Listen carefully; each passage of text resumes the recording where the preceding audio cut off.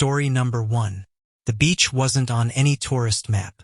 We found it through a Reddit thread full of half-deleted comments, locals warning people not to go near the place. Salt Widow's Cove, they called it. A crescent-shaped stretch of pale sand hidden behind a cliff wall, accessible only by a narrow trail that vanished with the tide. It was perfect for our off-grid camping trip. Just me, Caleb, my girlfriend Jordan, and our friends Nate and Elise. We brought tents, gear, a Bluetooth speaker, and enough beer to last the weekend. The sun was high when we reached the cove, the tide pulling away like an invitation. We made camp near a cluster of jagged rocks that jutted out like broken ribs from the earth. That first night, we lit a fire and told stories under the stars. The moon was full. Everything was perfect, until Elise noticed something in the distance. Out on the wet sand, close to where the waves licked the shore, stood a figure. Still, dressed in what looked like a tattered gray robe. No flashlight, no movement. "Hey!" Nate called out. The figure didn't move. We stared. The waves crept up, washed over its feet, then its knees. Still it didn't move. Then, just as a large wave rolled in, it disappeared. No walking, no swimming, just gone. We told ourselves it was a trick of the moonlight. The fire burned lower. Jordan started filming with her phone, aiming at the water. "This place gives me weird vibes," she muttered. That's when the singing started. Faint, off-key, like a lullaby sung through water. Came from all around us, not just from the ocean but behind us too. From the cliffs, from the dunes. We turned off the music. But it didn't stop. Nate laughed nervously. Probably wind. But there was no wind. No movement at all. The fire barely flickered. Then Elise screamed. She was pointing at the rocks. Something crawled across the top, slow and deliberate. A hunched silhouette with limbs too long. It stopped when we turned our flashlights toward it. And vanished. Jordan started packing. "Nope, I'm not doing this." We agreed. We doused the fire and huddled in our tents. But sleep didn't come. I kept hearing the tide, too loud and too close, though we were pitched 20 yards from the water. Then I realized I couldn't hear Jordan breathing next to me. Her sleeping bag was empty. I scrambled out, calling her name. Nate and Elise woke up too, blinking into the dark. Jordan's footprints led to the water. The tide had come in far too fast. It was now only feet from our tents. We followed her prints until they stopped at the wet sand, and there in the foam lay her phone. Recording. I picked it up, hands shaking. The screen was cracked, but the video was still playing. Jordan's voice, whispering, "I think I see her. On the rocks." Then a sudden jerk. Screaming. The phone hit the ground. And just before the video ended, a voice, not hers, whispered, "The tide is never empty." We ran. The tide chased us, fast and angry. The trail was nearly swallowed by waves by the time we scrambled up the cliff path, soaked and shivering. When we reached the top, Nate tripped, cried out. Elise helped him up. We looked back. There were wet footprints behind us on the stone path. Bare, human, leading upward. But none of us had been barefoot. We drove all night. Didn't stop until the sun rose. The police searched the cove. They found our campsite, our fire pit, but no sign of Jordan. No tracks, no phone, just a piece of torn gray cloth, snagged on the rocks. They said it looked like something from a wedding dress. I haven't gone near the ocean since. Not once. But sometimes when I close my eyes, I still hear the lullaby. Still smell the salt. Still hear the tide whispering her name. Story number 2. We reached the beach just before sunset, me, my brother Kyle, his girlfriend Vanessa, and our childhood friend Marcus. The sand stretched in a long, undisturbed crescent beneath looming cliffs. This wasn't a public spot. Marcus found it through an old fisherman he worked with, who warned us in a low tone, "If you hear lanterns, don't look back." We all laughed. It was probably an old ghost tale meant to scare tourists. But the beach was free, remote, and untouched. The perfect place for a weekend without rules. We set up camp about 30 feet from the surf, 2 tents, a cooler of beer, a bundle of wood, and a Bluetooth speaker. As night dropped its curtain, the waves turned black, and the sky filled with stars that looked far too close. That first night, we built a bonfire and passed around a bottle of whiskey, telling ghost stories, daring each other to swim in the cold ocean, and laughing too loudly. Started around 1 a.m. A soft flickering light down the beach, far from our fire. Vanessa noticed it first. Is someone else out here? Another light flickered to life, then another. They moved slowly, like swaying lanterns bobbing through the dark. 5, 6, maybe more. Marcus turned off the speaker. The sound of the surf became sharper. We watched. The lights moved in pairs, always two side by side. Then they'd stop, and then vanish.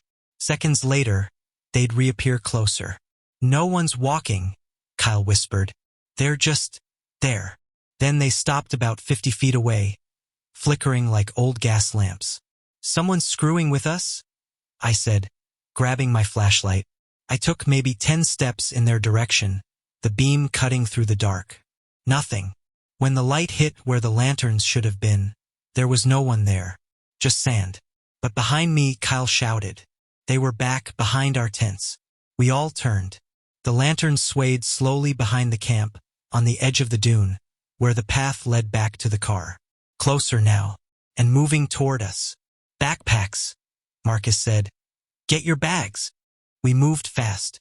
The lanterns inched closer. That was when we noticed something worse. Footsteps. Dozens of them. Squishing, dragging in the sand. But we couldn't see who made them. We ran toward the cliffs, the only place to hide. But the lights came faster. One blinked out. Then another. Then Kyle screamed. He was standing ankle-deep in the surf. I saw someone. Under the water. The tide was receding, too fast, pulling away like it was being sucked from beneath. In its wake was something black. A shape, long and thin like the figure of a drowned man standing tall. We watched as it rose out of the waves, eyes glowing faintly, salt-soaked skin clinging to sharp bones. Its mouth opened, and the sound of metal lanterns clinking filled the air. Vanessa screamed. Her voice was instantly swallowed by wind that had come from nowhere. The figure took a step, then another. Every lantern we had seen earlier flared to life around us. A circle of swaying lights. Each one revealed a waterlogged figure. Some missing jaws, others with eyes hanging out of sockets. All dressed in tattered 1800s sailor uniforms or fishermen's coats, soaked and dripping. We were trapped. Kyle broke the circle, running toward the dune. The lanterns flickered violently, and the figures turned as one. He disappeared into the dark. Seconds later, we heard him scream, cut off sharp, like a snapped cable. We didn't wait. We bolted toward the rocks, scrambling up the side of the cliff, cuts and bruises be damned. Vanessa tripped, but Marcus pulled her up. Below us, the lanterns vanished, but the figures didn't. They stood in a line along the shore, staring up at us, unmoving. That was the last time we ever saw Kyle. When we returned the next day with police, there was no trace of him. Not his footprints, not his backpack, not even the prints in the sand from our tent. It was like we had never camped there. Except for one thing, inside the fire pit was a rusted lantern. Still wet, still warm, and carved on the handle, almost invisible, were the words. He looked back. Story number 3. We arrived at Low Hollow Beach just before dusk. 5 friends packed into 2 cars. It wasn't on any modern map. A forgotten crescent of sand and driftwood, cut off from the mainland by a steep cliff and overgrown trail. Elijah was the one who found it. He swore his grandfather had taken him there as a child and told him, "If you hear the sea talk, plug your ears." We all laughed it off as nonsense. The plan was simple. No phones, no signal, and 2 nights of drinking, stargazing, and maybe some skinny dipping if it got warm enough. We pitched our tents on the sand, near a half-buried shipwreck that had been left to rot decades ago. Its rotted hull jutted from the sand like a rib cage. Elijah said it had belonged to a smuggler back in the 1800s, a man who vanished along with his crew during a storm.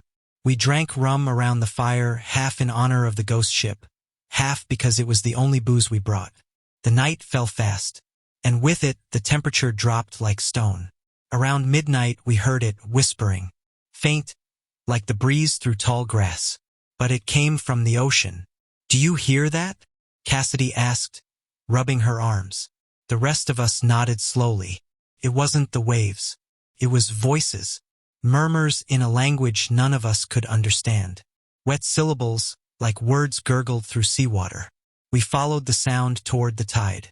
The moon painted silver on the waves, and that's when we saw them. Footprints, leading from the water deep and barefoot. But there were no people in sight. The prints came up the shore, weaved between our tents, and stopped near the fire pit. They were fresh. "No one's out here but us," Julian said. Elijah stepped toward the water. "Maybe someone's pranking us." He cupped his hands to shout, but his voice caught in his throat. Cassidy screamed. A figure stood at the shoreline, drenched, hair dripping, face pale. His eyes were just holes, black, deep, and in its hand it held something, an old lantern, glowing blue from within. We all froze. The whispering grew louder. It wasn't in our heads anymore. It circled us. The figure raised its lantern. The light pulsed, and from the sea more shapes began to rise. They didn't splash, didn't disturb the waves. They just emerged, tall, thin, all soaked to the bone. Some with seaweed clinging to their jaws, others dragging barnacle-covered ropes behind them. They surrounded us, circling the fire from a distance. We backed away toward the cliff wall. "No sudden moves," Elijah whispered. "Just don't listen." But the whispers had grown teeth. They said our names. Each of our names, whispered like secrets from behind cold lips. Julian turned first, his head cocked like he was listening to a song no one else could hear. His mouth opened. "Mom!" He took a step forward, dazed. We shouted. Cassidy grabbed him, but he pulled away. He walked straight into the water. We chased, but by the time we reached the shore, Julian was gone. Not even a ripple. The whispering fell silent. We ran back to the tents. Cassidy wanted to climb the cliffs and get help, but Elijah said we had to wait. "If you climb during the whisper, they'll pull you down," he said. "That's what happened to my grandfather's friend. He made it halfway up, then he just fell." Said the sea called his name. We barely slept. At dawn, the beach was quiet, but Julian was still missing. We packed to leave, but the tide had come in hard, cutting off the trail with deep water and jagged rocks. Cassidy broke down. Then we saw it again, footprints. This time just one set, coming from the wrecked ship, heading straight to Elijah's tent. Inside we found him, eyes wide, mouth full of sand, his skin pale as frost. No wounds, no blood, just gone. Next to him was a small shell, placed gently on his chest. Cassidy picked it up. Against our protests, she raised it to her ear and screamed. We took it from her, but it was too late. Her expression changed. She stopped crying, stopped blinking. She just walked away, right back toward the sea. The whisper started again. I ran. Marcus followed. We didn't speak. We just climbed, scraped knees, torn hands. The cliff took skin as payment. But we made it. At the top, we looked back. The beach was empty. No shipwreck, no tents, no footprints, just the sea. Endless, silent. We never found Cassidy, or Elijah, or Julian. But sometimes, late at night, when I lie in bed with my window cracked open to the sound of distant surf, I hear it. My name, whispered by the tide. Story number 4. We were 6 friends, college seniors chasing one last thrill before graduation. Lisa, Marcus, Jenna, Tarek, Danielle, and me, Corey. We picked an obscure spot for our beach camping trip. Pelican Cove, an isolated stretch of coastline not listed on any tourist site. We only knew about it because Danielle's uncle warned us never to go there, which of course made us want to go more. There were no roads, just a crooked trail through dense pine forest that opened suddenly onto a crescent of sand bordered by high cliffs. The tide was low when we arrived, revealing tidal pools filled with translucent crabs and sea glass. It looked untouched, but something felt wrong. An old red buoy floated 100 yards offshore, chained to a reef. It bobbed with the waves, making a rhythmic clanking sound. We joked it was the sentinel watching us, but no one laughed very hard. That first night was cold, even for spring. The fire barely kept the chill off. Marcus found driftwood shaped like twisted faces. He held one up and said, "Looks like it's screaming." He tossed it into the flames, and we all watched it burn. The scream came just after midnight, a low, wet howl like something drowning, but angry about it. We all heard it. Tarek and I ran toward the shore. The sound came from the direction of the buoy. The ocean was black, but that thing, it was swaying like mad, and every time it rocked, a strange shadow seemed to rise from the water beneath it. Something tall, something with long arms. Then it sank, just disappeared. We told ourselves it was our imagination, that the firelight and the waves had played tricks on us. But the next morning, Marcus was gone. His tent had collapsed, the zipper shredded from the inside. No blood, no footprints, just gone. And outside the tent, stuck into the sand like an offering, was a rusted buoy bell. None of us spoke for a long time. Lisa wanted to leave, but high tide had cut the trail off completely. We were stuck until sundown. We tried to stay in the open, never alone, never quiet. But the sound came back that night. The scream, louder, closer. It echoed through the cove, and something big, splashed in the water near the rocks. Danielle saw it first, a figure just at the edge of the waves. "Marcus?" she whispered. I grabbed her arm. "No, don't." But it walked forward, jerky, limbs swaying wrong, water dripping off in thick black drops. The firelight showed its face. It was Marcus, but his eyes were gone. His mouth hung open, full of seaweed and tiny shells. His skin looked bloated, like he'd been underwater for days. Danielle screamed and ran toward him. The rest of us shouted. Jenna tackled her halfway to the surf. The thing stopped, tilted its head, and smiled. It walked backward into the water and vanished. We didn't sleep.